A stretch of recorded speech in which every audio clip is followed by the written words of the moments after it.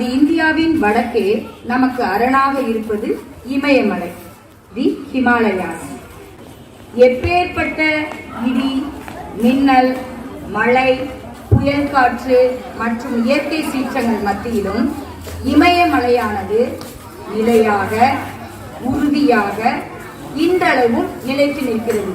இமயமலையானது நிலையாக, உறுதியாக இன்றளவும் நிலைத்து நிற்கின்றது.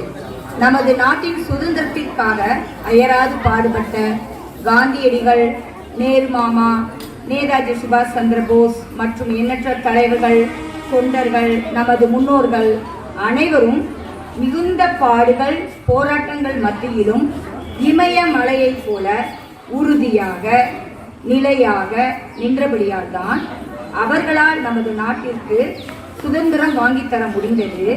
நாமும் சுதந்திரமாக வாழ்ந்து வருகின்றோம். அவர்கள் இன்று நம்மோடு இல்லை.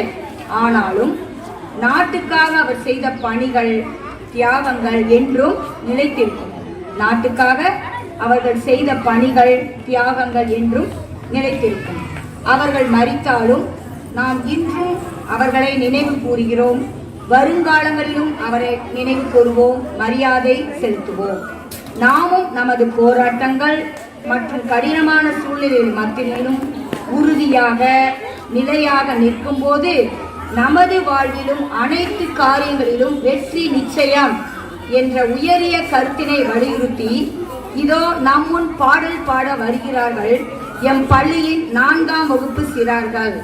Himalayas Hindi motivational song by 4th standard.